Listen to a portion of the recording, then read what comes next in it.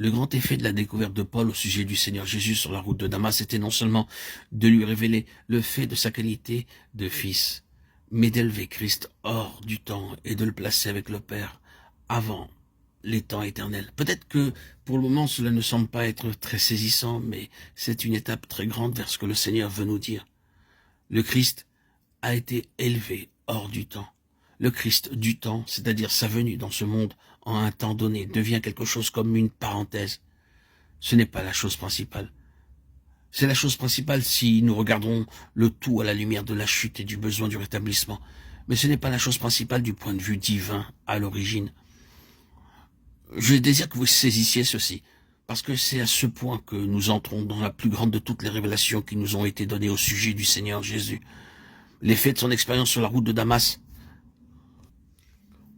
cette élévation de Christ hors du temps, le plaçant dans l'éternité, est venue dans la conception de Paul comme relié au dessein éternel. Et dans le dessein éternel, il n'y avait aucune chute et aucune rédemption. C'est pour ainsi dire un fléchissement dans la ligne de Dieu à travers les âges. La ligne de Dieu devait aller tout droit, sans flexion, sans coupure. Mais quand elle est arrivée à un certain point, en raison de certaines contingences qui n'étaient pas dans le dessein, cette ligne a dû descendre et puis remonter et de nouveau continuer. Les deux extrémités de cette ligne sont au même niveau éternel. Vous pouvez, si vous voulez, imaginer un pont franchissant ce fléchissement et Christ comblant ainsi ce creux, de sorte que ce qui était depuis l'éternité ne soit pas du tout interrompu en lui. Il y a continuité en lui. Le fait de venir sur terre et toute l'œuvre de la croix est quelque chose d'autre. Le résultat d'une nécessité en raison de ses contingences.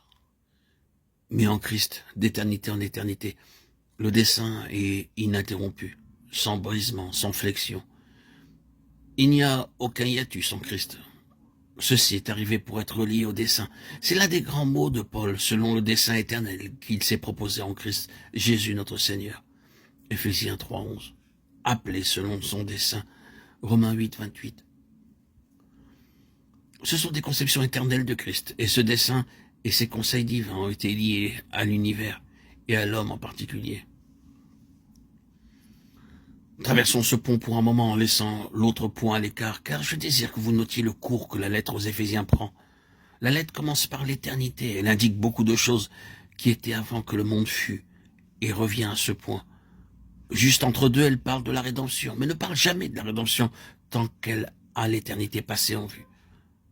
La rédemption entre pour remplir ce trou, puis nous continuons de nouveau vers l'éternité. Maintenant, laissez juste le trou pour un moment. Naturellement, cela nous concerne énormément et nous devons revenir à cela, parce que tout est lié à la rédemption pour autant que nous sommes concernés dans le dessein éternel.